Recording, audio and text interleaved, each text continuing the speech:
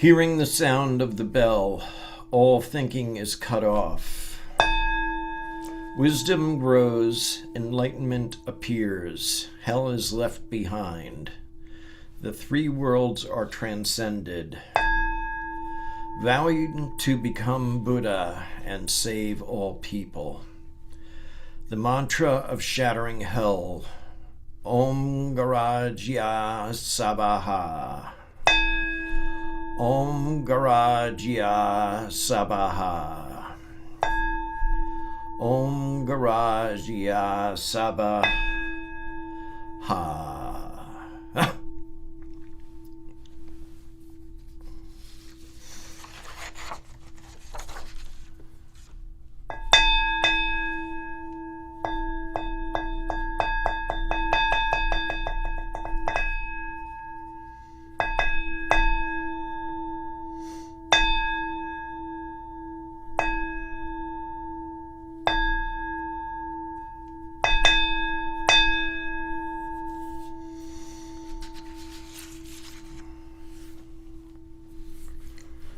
We'll take refuge.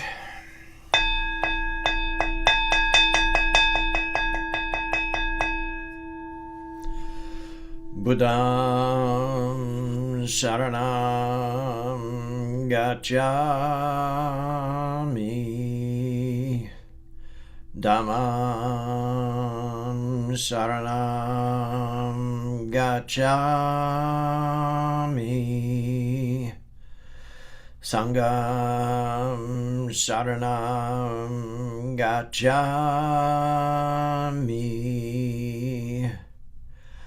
I go for refuge in the Buddha. I go for refuge in the Dharma.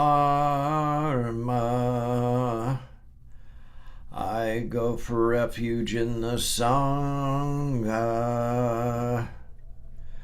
Buddham Sharanam Gacchami. Dhammam Sharanam Gacchami. Sangham Sharanam Gacchami.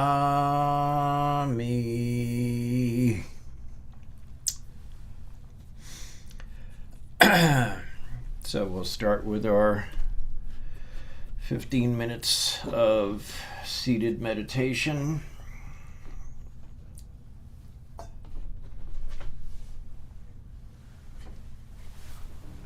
As soon as I can find my clapper.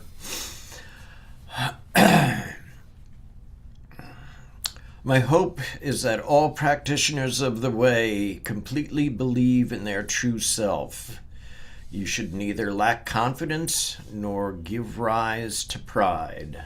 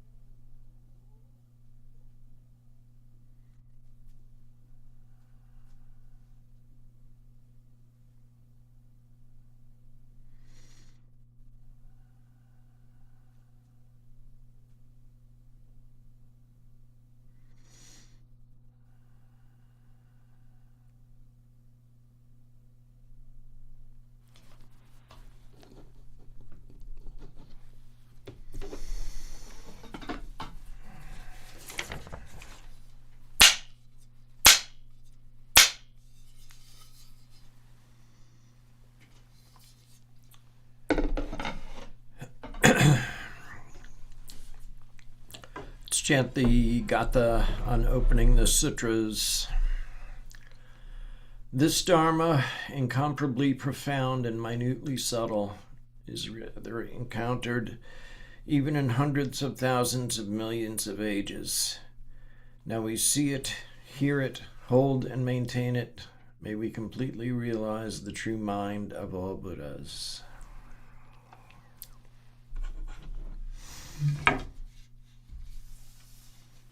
Hello.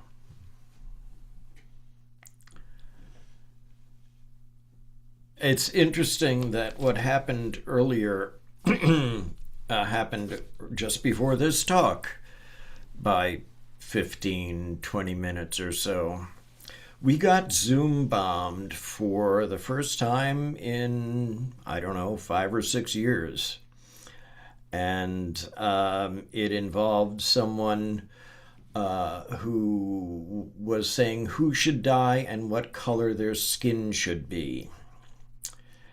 And I could have said, oh, it's obvious that he's suffering and it's all empty anyway.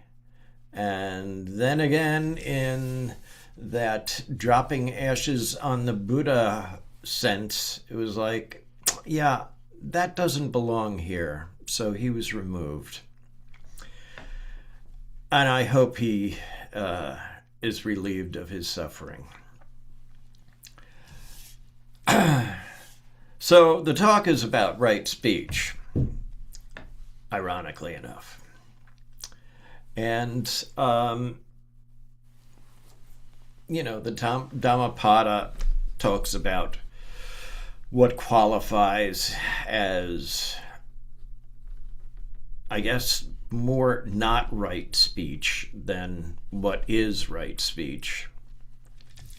It's one of those things where, as in the case of a lot of things, precepts, and in this case, what qualifies as right speech, it's abstain from false speech, do not tell lies, do not slander others, or speak in such a way that causes disharmony or enmity. Abstain from rude, impolite, or abusive language. Do not indulge in idle talk and gossip. This is all fine, but with the precepts that we take, we give what the affirmative would be also, in addition to what not to do. Like, honor all life, refrain from killing, for example. We give the example of, yeah, you should do this instead of that other thing. That causes harm. That causes suffering. So,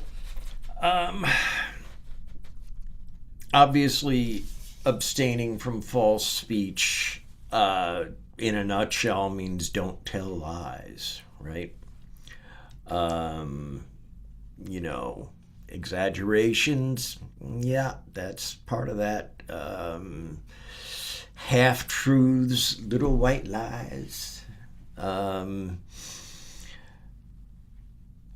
that stuff that's not quite true. So the other side of that, of course, is tell the truth. Tell true things. Tell factual, provable things. Not just like opinions. People that are saying they're being brutally honest just means that they have a firmly held opinion that they think is right.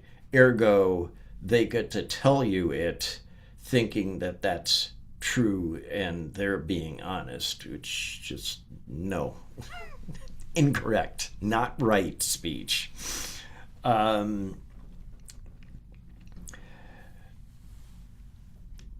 Slandering others, like our Zoom bomber, for example, or speaking in such a way that causes disharmony or enmity. Yeah, that qualifies for the Zoom bomber also.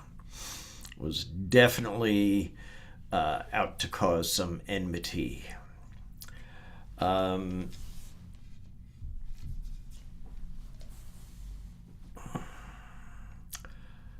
Gossip falls into that category. Don't gossip. Don't troll. How many times do we see, comment after comment that are all out there anonymously, and they are just there to stir the pot, and because you can get away with it. And yeah, somebody will call you on it, but hey, that's just the nature of being a troll, right? Yeah, that wouldn't be right speech, right?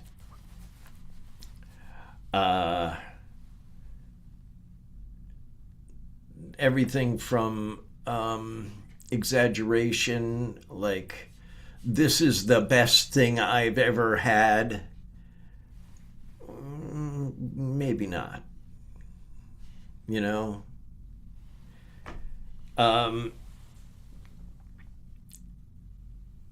Abstaining from divisive speech, or divisive speech if you prefer.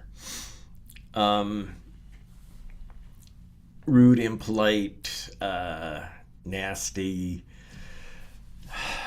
words. It's all about I in this case, right? I want to hurt you. I want to get a rise out of you. I want to make you feel a certain way. I want to anger you. I.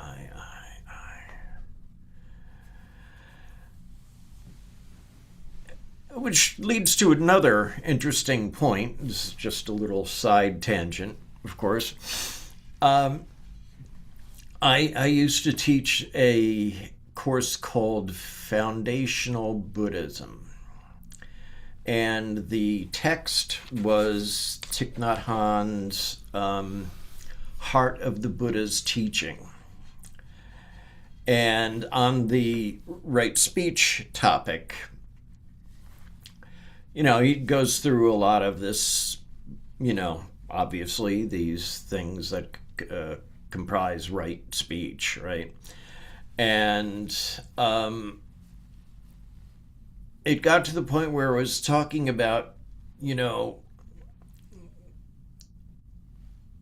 impolite, rude, hurtful speech. And he said something in there to the effect of, will your words hurt someone?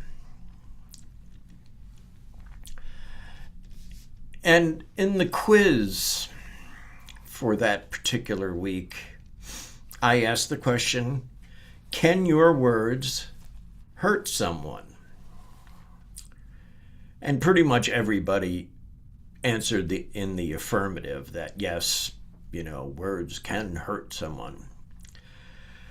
And being the charmer that I am, I pointed out that I could say something that's a little bit off the rails, and some people would be intensely offended. Others could laugh and say, that's son, what a jerk. And others might just be neutral altogether.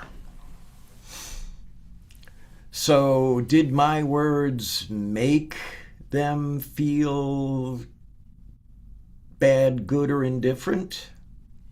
No. Mine made them feel good, bad, and indifferent. And like I said, charmer that I was, when I explained how mind made the reactions, I of course punctuated it with, or are you too stupid to see that? which, of course, elicited either harm, good, or indifference. And I'm pretty sure it did. It elicited something. So, yeah, that divisive speech thing, it's more the intent of the speaker than the receiver, let's say. It's all about the motivation. Do you intend to hurt someone by saying something? You could just have a really sort of off sense of humor and have like lots of things misinterpreted, and you don't necessarily mean to offend, but it's just one of those things where people might not quite get what you're saying. Just saying. So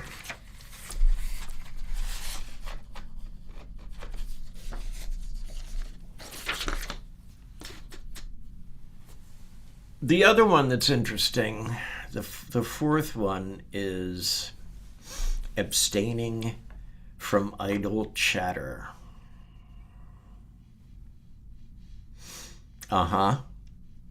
Doom scrolling, making comments, hanging out at the office water cooler, just kind of passing the time. Hey, did you see the Patriots lose last week? Yeah. How about that?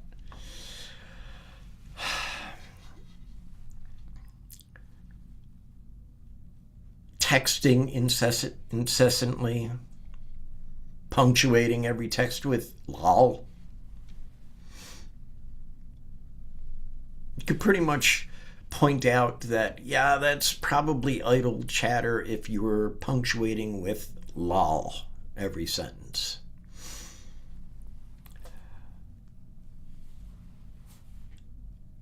Right speech in that sense could be right silence.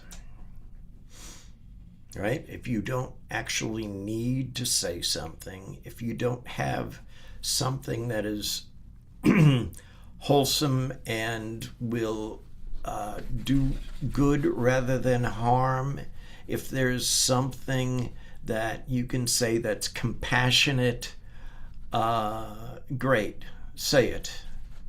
But if it's just to fill in the space between other people's words, maybe you don't need to say it. Maybe the silence is okay. And that's another element of right speech, is actually right listening. It's not technically one of the Eightfold Path, but let's make that right speech subheading A, right? In the flowchart of right things, this will be like the indented one. If it's an equal participation in a conversation where both people are not coming from the point of I, there's certainly going to be right listening involved on both sides. You could even say this is part of right mindfulness, because you're actually paying attention to what someone else is saying. You are actually understanding what they're saying. If they, for example, are expressing some sort of suffering that they're undergoing, you might want to address that rather than just chattering on. It's important that even though our words can't make someone feel a certain way, when we listen to them intently, mindfully, at least they won't be offended by it, let's say. They won't feel neglected. They won't feel invalidated.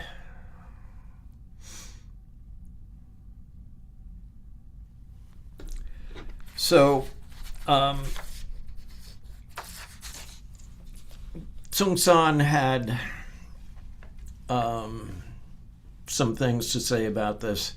In Zen, you often hear that the tongue has no bone. And that means that you can say one thing one way at one time, and you can say the entire opposite way some other time, and pretty much mean it both times, but they are 180 degrees in opposition to each other. The tongue is very much going to point any direction that our thoughts point it to.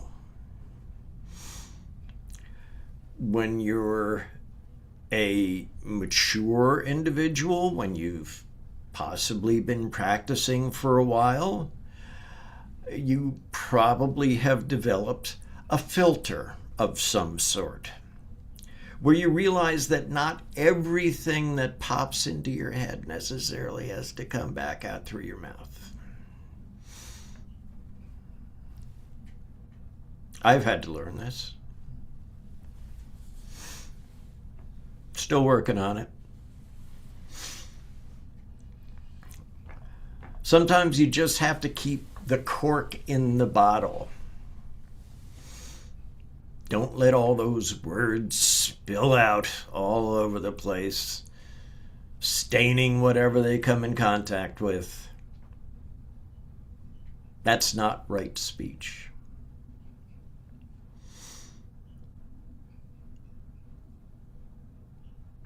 If speaking is compassionate, brilliant. Go for it. In fact, if your speech has anything to do with the four immeasurables, go for it. Loving kindness, compassion, sympathetic joy, equanimity.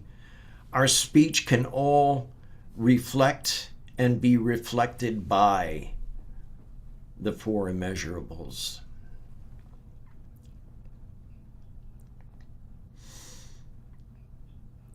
So, currently, right speech could be perfected a little bit more. We should be a little bit more cognizant of it. And I want so badly to say, or are you too stupid to see that? But I won't.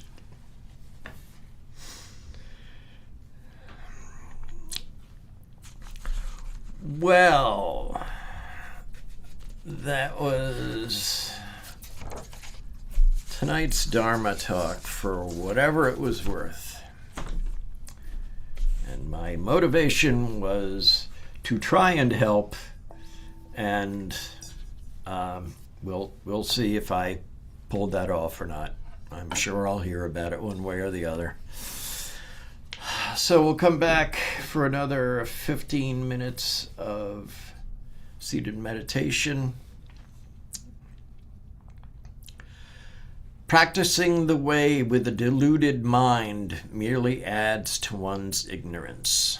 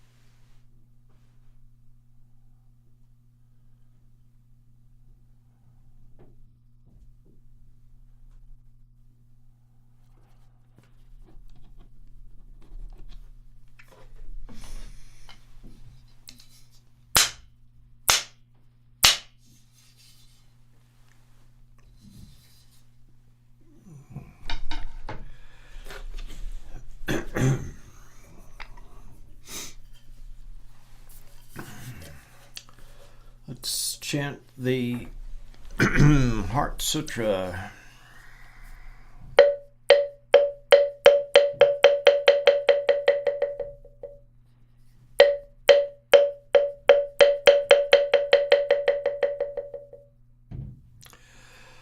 Mahaprajna Paramita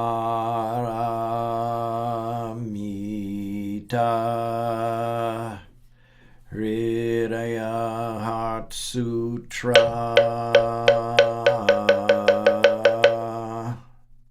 Avalokiteshvara Bodhisattva, when practicing deeply the Prajnaparamita, perceives that all five skandhas are empty and is safe from all suffering and distress. Shariputra, form does not differ from emptiness. Emptiness does not differ from form. That which is form is emptiness.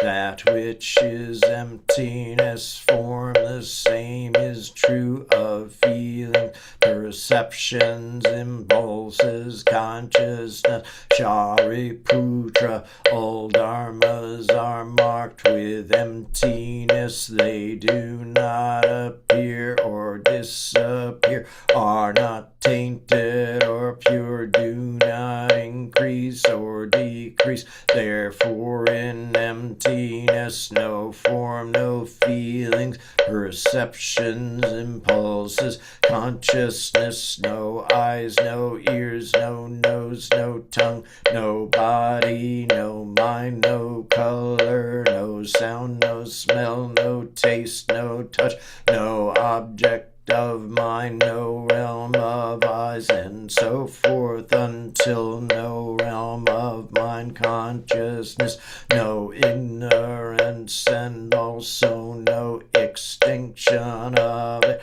and so forth, until no old age and death, and also no extinction of it, no suffering, no origination, no stopping, no path, no cognition, also no attainment, with nothing to attain. The Bodhisattva depends on Prajnaparamita, and the mind is no hindrance. Without any hindrance, no fears exist. Far apart from every perverted view, one dwells in nirvana. In the three worlds, all Buddhas depend on Prajnaparamita and attain Anuttara Samyak Sambodhi. Therefore know that Prajnaparamita is the great transcendent mantra, is the great bright mantra, is the utmost mantra, is the supreme mantra, which is able to relieve all suffering and is true, not false. So proclaim the Prajnaparamita mantra. Proclaim the mantra which says Gate Gate Para Gate Parasamgate Bodhisvaha Gate Gate Para Gate Parasamgate Bodhisvaha Gate Gate Para Gate Parasamgate Bodhisvaha.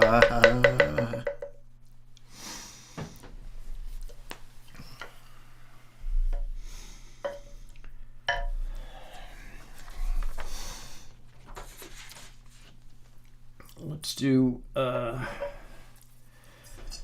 Venerable Wanji's loving kindness meditation.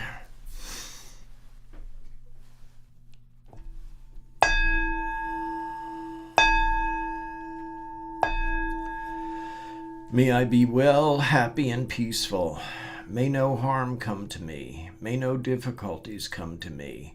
May I have a calm and peaceful mind. May I have patience, insight, courage, and compassion in meeting the challenges of life. May my parents be well, happy, and peaceful. May no harm come to them. May no difficulties come to them. May they have a calm and peaceful mind. May they have patience, insight, courage, and compassion in meeting the challenges of life. May my teachers be well, happy, and peaceful. May no harm come to them. May no difficulties come to them. May they have a calm and peaceful mind. May they have patience, insight, courage, and compassion in meeting the challenges of life. May family members and relatives be well, happy, and peaceful. May no harm come to them. May no difficulties come to them. May they have a calm and peaceful mind.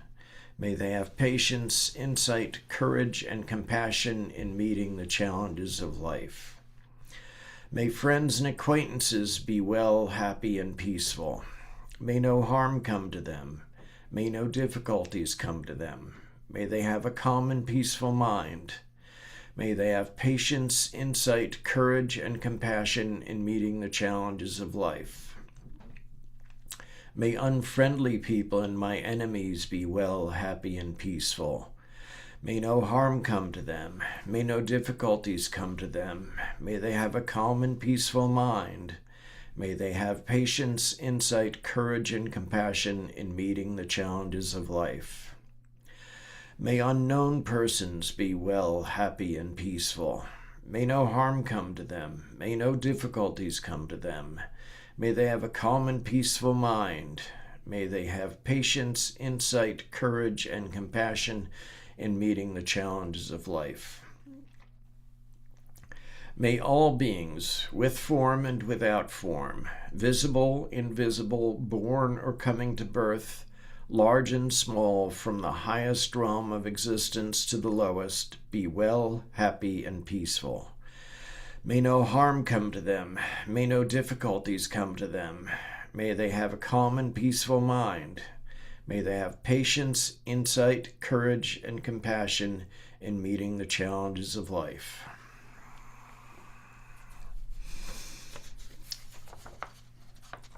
Let's do our dedications of merit.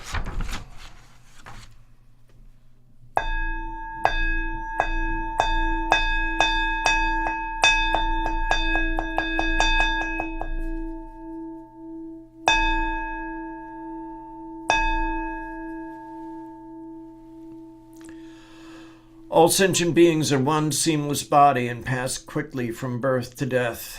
We remember those who cared for us and are gone, those who are ill, those who are at war, who are hungry, and who are in pain. May they heal and have peace. We especially dedicate our service to Mike Gingy Wood,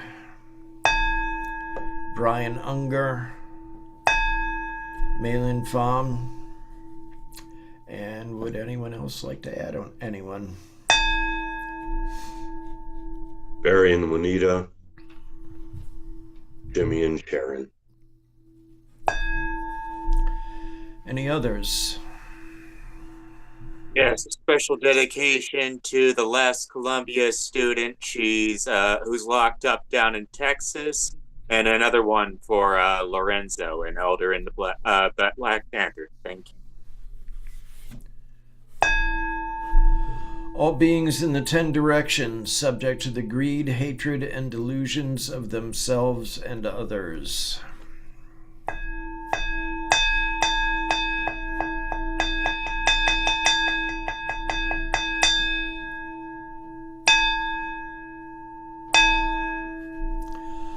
All Buddhas throughout space and time, all honored ones, Bodhisattva, Mahasattvas, wisdom beyond wisdom, Mahaprajna Paramita.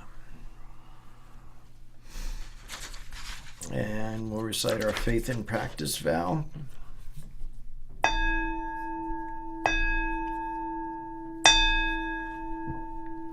I will never retreat and will be firm in my mind in this correct Dharma. I will escape from the samsaric cycle of birth and death, and definitely will see my original face. I will be sure to inherit the life of insight of the Buddha and save all sentient beings.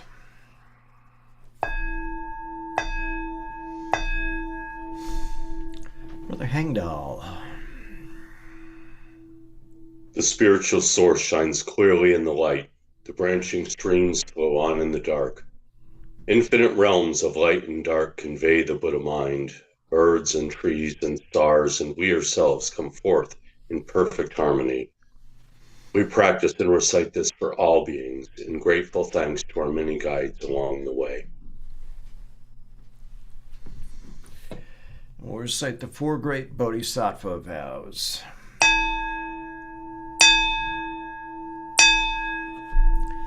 Sentient beings are numberless. We vow to help them all. Delusions are countless. We vow to see through them all. Opportunities to awaken are infinite. We vow to embrace them all. The Buddha way is endless. We vow to embody it.